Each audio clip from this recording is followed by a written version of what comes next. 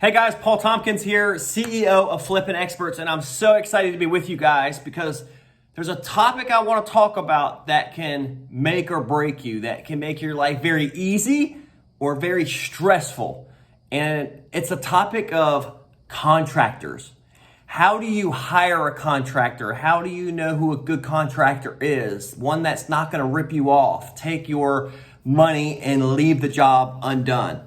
And I want to talk to you about that today. So I want to go over four things to look for when you're hiring a contractor or a GC or a supervisor for your fix and flip, right? So maybe you've purchased a fix or flip, you're about to, maybe you're 20 to 30 days from closing, and you want to be prepared to have your general contractor start the day after you buy it, right? You buy it at 3 o'clock on a Monday. By Tuesday, 8 a.m., they're in there working and cranking on it. Why?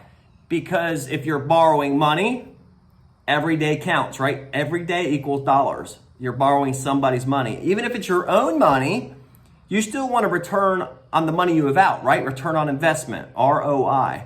So every day counts. So I want to go over four things to look for when you're hiring that contractor, okay? The first thing, make sure they are licensed and insured, okay? Why? Why is that so important, Paul? I hear about all these other people that are out here just hiring random people and they're piecing it together. And guys, that's how you end up with a crappy renovation, okay? That's how floors aren't done right and the plumbing's leaking under the sink because they're not an expert. Hence Flippin Experts. Look, boom, Flippin Experts. You need to be an expert in the field you're working in. So we expect our contractors, number one, to be licensed, right? Have the right licenses because they went to school for that. They have an understanding. They understand what it takes to pass an inspection and what an inspector looks for from the county that comes out and inspects your property. So make sure they're licensed. Second thing, make sure they're insured. Why? Because if you have someone up on the roof and they're pressure washing the side of the house and they fall off the roof, what happens? They have to go to the hospital. They have medical bills. What if somebody was to get hurt real bad or die? Okay? Them being insured takes the liability off of you, the homeowner, the investor, right? You own the home. You're flipping the home. You don't want to be responsible for his guys. So for us, we always make sure our guys carry a minimum of $1 million of liability insurance. Okay? Make sure they are protected. So licensed, insured protects you. They go to their insurance before they come to you.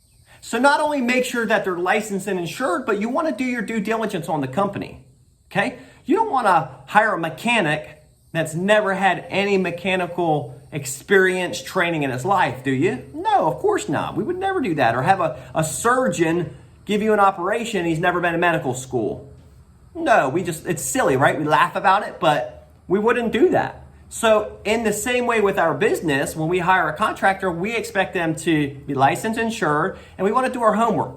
Do they have good reviews on Better Business Bureau? Have they had any lawsuits? Has anybody filed complaints against them for starting a job, taking the money and running? And now you're the third victim. You want to dig into this company, not just the company, but I look at the owner too. So if the company might not have any issues or they're hiding it or they're using different names or whatever, I'm looking at the owner. So I actually get the owner or the foreman, whoever I'm hiring, the main guy, I'm getting his ID and I'm checking to make sure he doesn't have a criminal past. I'm checking to make sure he doesn't have anything outstanding in his personal life either. And guys, if they don't want to share that stuff with you, there's a problem. I'd cut them loose right away. And you don't need to worry about step 2, 3, and 4. He didn't even make it past step 1. But these guys need to be able to show you what you need. So that's number 1. Make sure that's all in place or nothing else matters. Okay? The second thing you want to inspect is their quality of work. Okay? Their workmanship. Inspect their previous work. Hey, give me some referrals. And I don't want referrals from 2 years ago, 3 years ago. I want referrals like, tell me the last 3 houses you worked on, the 3 last properties, and what did you do there? Well, I did this, I did painting, I did some carpentry work, we did all new floors. Great. I'm going to call the owner and see how everything went, right? You call the homeowner, how did it go? How was it? It was great. It was awesome. They did a good job. Or you might hear, man, they stood around all day. The job was supposed to take 4 weeks. It took them 12. They didn't show up for 2 weeks. They were always outside smoking cigarettes and getting smoke in my hand. And that's a bad referral. And you're like, okay, do I want them representing my company that way? No. You want somebody who's going to represent your company, because when you hire them, they're representing your company, believe it or not, okay? So you want to inspect their work. I have no problem going to somebody's house, knocking on the door, setting up an appointment, whatever it might take. Hey, let me come see the quality of the tile that they laid. Let me come see the quality of the painting or the plumbing or the drywall. Let me come look at the texture. Because a homeowner might not know exactly what to look for, but I know what I look for in my company. I know what I need for my jobs, and then go ahead and do that. But guys, do your due diligence. If you don't ask for references, if you don't actually go and inspect the work yourself or someone you trust, maybe a partner, a coworker, whatever, you're setting yourself up for failure, okay? They could have a license. They could have everything perfectly, but the referrals are terrible. Hey, listen, I just kind of go from job to job. No, thank you. I don't need that. Hey, listen, I really don't have any references right now. I'm just getting started. No, you're not for me. I need quality. I need someone that when it's 8 o'clock and you said you're going to start at 8, you're here at 8. Or you said you're going to start on Thursday, you're here on Thursday. There's not 5 excuses and it ends up being next Tuesday, right? You want somebody reputable. And a lot of times what you'll find is these fly-by-night people, they're not sustainable. They'll last a week or two and they're gone. They're going to another house, another job. They've let you down, whatever. So do your homework now so you're not paying for it later. I'm going to say that again. Do the homework up front so you're not paying for it halfway through your job and your job's sitting vacant while you're trying to find somebody else. Okay? Awesome. The third thing guys, this is huge because, again, if you don't have this, nothing matters. And it's called availability. What is their availability? And I asked that in my first conversation with them. I'm asking them, are you licensed? Are you insured? Hey, send me your references. By the way, what does your availability look like? Why is that so important, Paul? Because if I have a job I need to start in 3 weeks and they're tied up for the next 8 weeks on 2 or 3 other jobs, they're not the fit for me. They could be an amazing company and maybe it works on my next flip, or if I have 3 or 4 or 5, 10 flips going, they might be able to fix in the mix. That's great. But what if you're doing one at a time? You can't afford to let the house sit for 5 weeks while you're waiting on them, right? Like I said, every day, every week, every month, it costs money to have a house just sit. So check their availability. Once you get that nailed down, hey, I can't start in 3 weeks, but I can start in 4. And maybe you can't find anybody else. You might live in a small town, a rural area, whatever, and they're kind of the only go-to and you know they're the best. Maybe it's worth waiting a week. But have that built into your budget. But sit a house for 5 weeks and then it turns into 6 or 7 because they run behind on their job, it's not going to work. So push that to the side, put them as number 2, number 3, and maybe they fall into another job. Great, but I need to find somebody that can start at least in 3 to 4 weeks. Okay? And get that all set up. And then when you talk to them about availability, talk to them about timelines as well. Hey guys, I see this job taking 4 weeks. Okay? Come out, let's go through this job. Let me know if you see the same thing. And you build out a timeline with this contractor and say, hey, your start date's Tuesday the 12th. You have 4 weeks. I want to be done Wednesday the 13th of the following month. Does that work for you? Yes, it works for me. Put it in writing, okay? I put everything in writing. When we do our contracts with these contractors, it's in writing. There's no confusion. There's no misunderstanding. There's no I thought you meant, no, here's the contract. You signed it, I signed it. And then obviously when the job's going, along the way, you're doing site visits. So you're seeing if they're on schedule or not. But set timelines up in advance because it'll help them put the picture together. Okay, I have 4 weeks at this job. Because they're thinking, guys, here's how they're thinking. I'm coming off a job.